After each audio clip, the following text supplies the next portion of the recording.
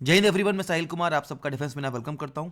I hope कि आपको last class mixture की बहुत पसंद आई। अगर आपने नहीं देखी है तो प्लीज़ प्लेलिस्ट को चेक कर लेना। एंड आज हम बात करेंगे प्रोबेबिलिटी की। देखो, इसका बस एक क्वेश्चन आता है एंड सब लोग इस चैप्टर को इसलिए छोड़ देते हैं क्योंकि ये नया नया इंट्रोड्यूस हुआ है और पंगा ये होता है कि इसमें कॉन्सेप्ट बहुत सारे हैं, परमुटेशन, कॉम्बिनेशन, पता नहीं क्या क्या। लेकिन जितना सिंपल हो सके उतने सिंपल तरीके से मैं आपको चैप्टर कवर कराऊंगा और बस उतना ही पढ़ाऊंगा जितना आपके काम का है, जिससे आपका पेपर में वो एक क्वेश्चन सॉल्व हो जाएगा। तो बस आपको ये अभी जो 30 से 40 मिनट देने वाले हो वो बस बहुत गौर से देना, बाकी तो कोई दिक्कत वाली बात नहीं है।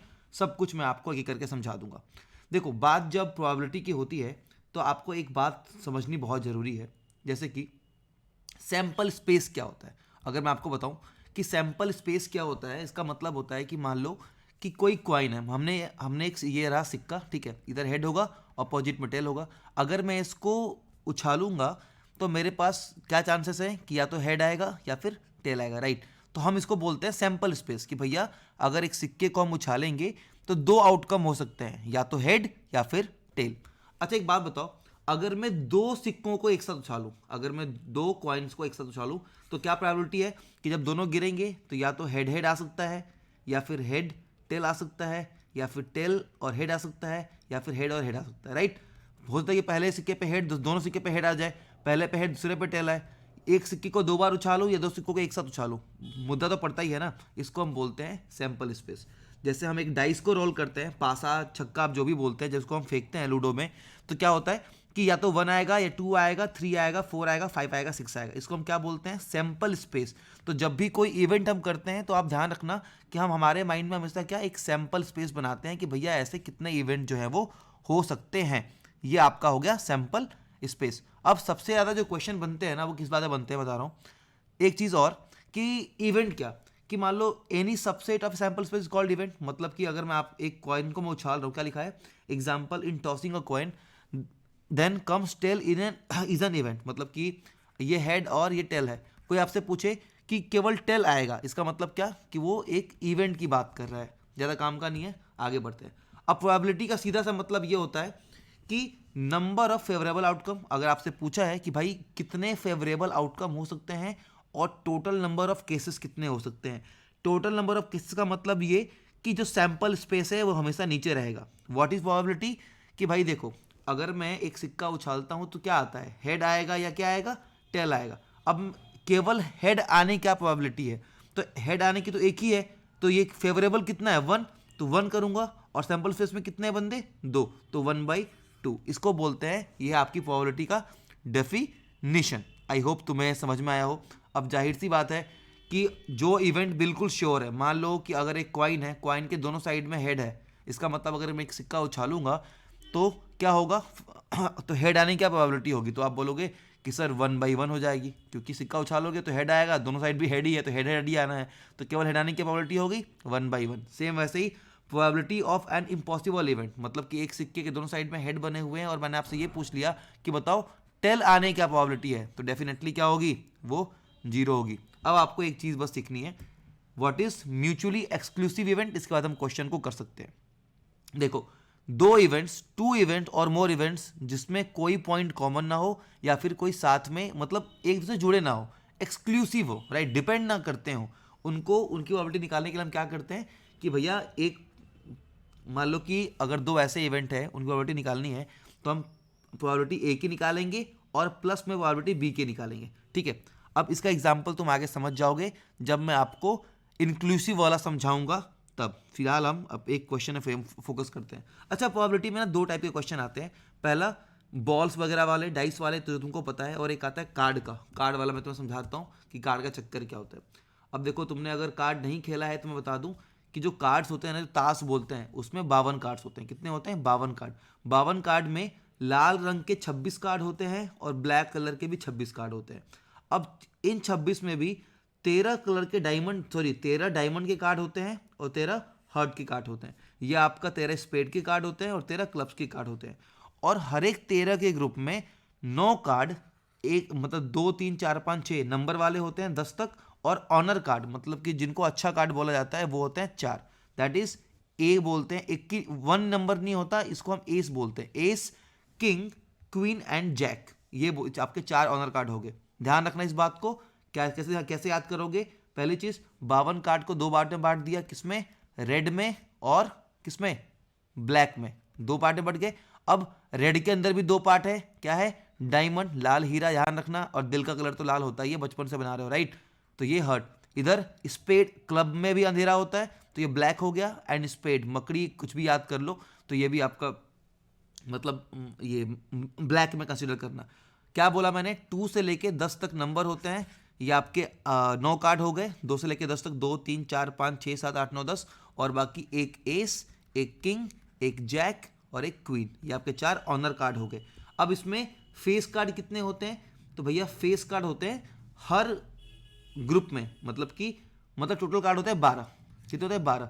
कैसे 12 हुए? हर ग्रुप में 3 होते हैं। ये जो क्वीन है, किंग है और ये जो जैक है, ये तीनों क्या है? ये आपके फेस कार्ड है। किंग, क्वीन एंड जैक, ये क्या है? आपके फेस कार्ड है। अब चलिए आगे बढ़ते हैं। आपने देख लिया ये किंग 2 ब्लैक का है, 2 किसका है, ठीक है। चलो अब एक बात को हम ध्यान से पढ़ते हैं। क्वेश्चन है, what is the probability of drawing 2 clubs from a well shuffled pack of 52 card? एक बात बताओ, बहुत सिंपल सी, ध्यान देना इस बात का। पहली चीज कि लिखा है what is the probability of drawing 2 clubs from A well shuffled pack of 52 card. पहला कार्ड निकालते हैं। क्लब कितने होते हैं? अब आपको एक चीज मैंने बताना भूल गया, यहाँ पे देखो, ये डायमंड है ना।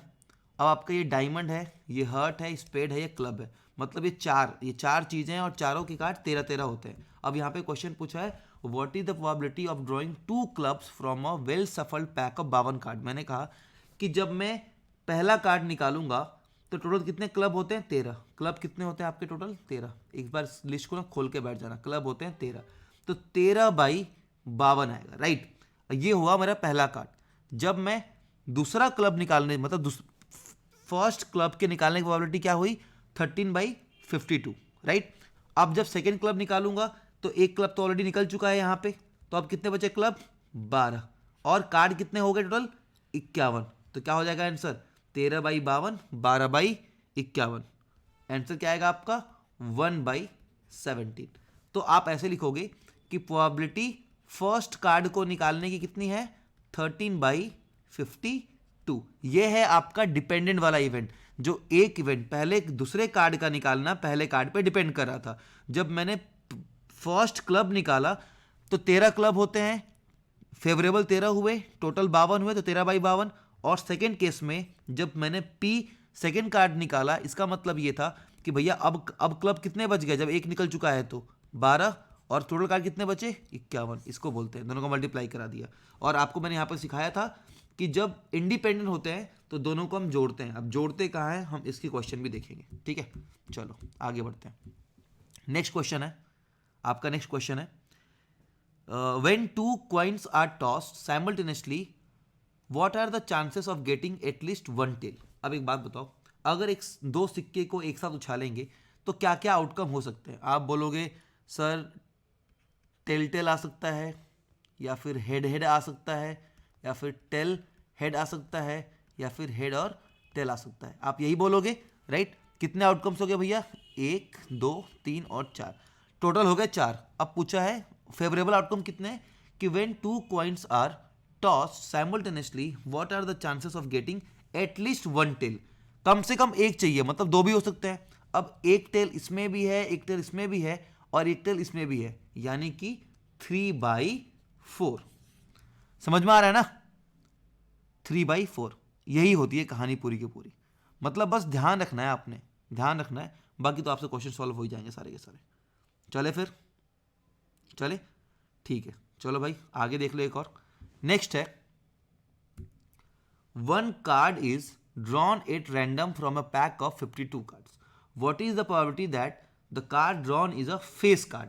मैंने आपको क्या बताया था कि चाहे वो डायमंड हो, कितने होते हैं ग्रुप्स, चाहे वो डायमंड हो, चाहे वो क्लब हो, चाहे वो आपका स्पेड हो, या आपको हर्ट हो, सबके अपने 13-13 कार्ड होते हैं। और इन 13 कार्ड में 3-3 फेस कार्ड होते हैं। किंग क्वीन जैक 3-3 क्या होते हैं? फेस कार्ड होते हैं। एस को हम 1 काउंट करते हैं। कहीं कहीं आपको कंफ्यूजन दिखेगा, कहीं कहीं ये मेंशन है कि फेस कार्ड 4 होते हैं। बट फेस कार्ड 4 होते हैं, लेकिन एग्जामिनेशन पॉइंट ऑफ व्यू से हम 3 मानेंगे। मैंने बहुत सारे पेपर देखे, इनफैक्ट एसएससी वगैरह के भी, जहाँ पे आपके आंसर 3 को माने से था। इवन आप गूगल भी करोगे तो आपको फेस कार्ड 12 ही माने जाएंगे। कितने माने जाएंगे? 12। इसीलिए ध्यान रखना इस बात का, ठीक है। अब फेस कार्ड कहीं भी देख लो आप, तो आपको फेस कार्ड 12 लेना है, 16 मत ले लेना, ठीक है। अब फेस कार्ड अगर 12 है तो दिखा है कि अगर एक कार्ड निकालते हैं तो फेवरेबल आउटकम कितने हुए कि 12। अब 12 कार्ड को कहाँ कितने में से निकालना है? 52 से। तो क्या हो जाएगा? 4 × 12 और ये 13, 3/13, जो कि ऑप्शन में नहीं है, तो ये आपका नन ऑफ दिस जाएगा। बहुत लोग फेस कार्ड को 16 काउंट करके बी को सही कर देते हैं, लेकिन ध्यान रखना इसका आंसर ई होगा, दैट इज 3/13। चले आगे बढ़े, ठीक है। एक चीज और देख लो।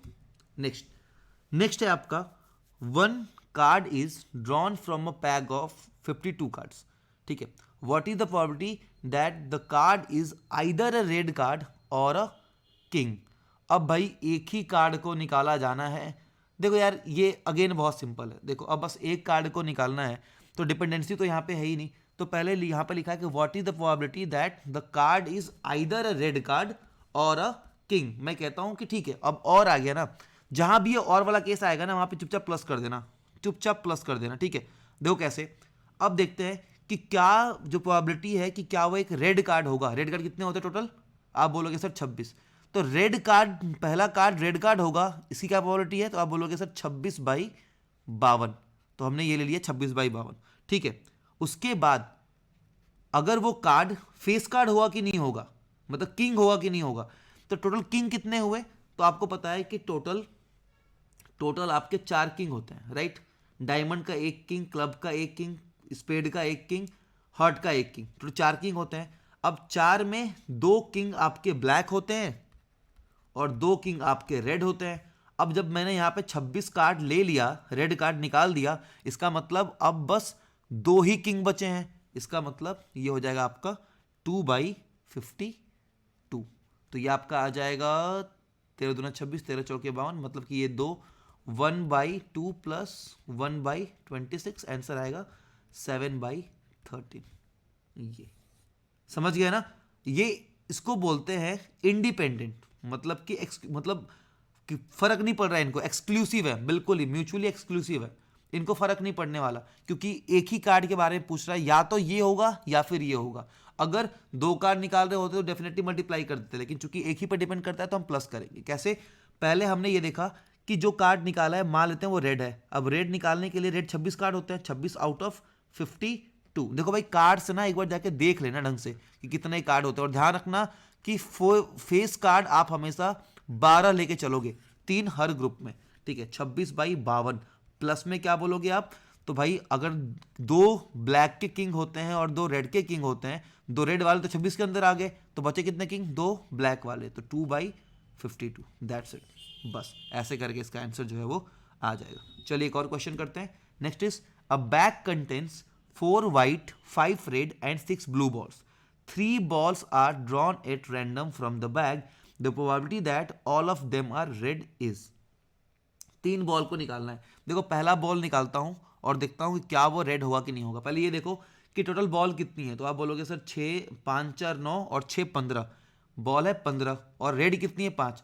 तो पहली बॉल निकालूंगा, तो पहली बॉल जो निकालूंगा वो रेड निकलेगा। इसकी क्या प्रोबेबिलिटी है? तो आप बोलोगे सर 5 रेड है और टोटल बॉल कितनी है 15, तो 5/15 कर दो, एक बॉल निकाल दी मैंने।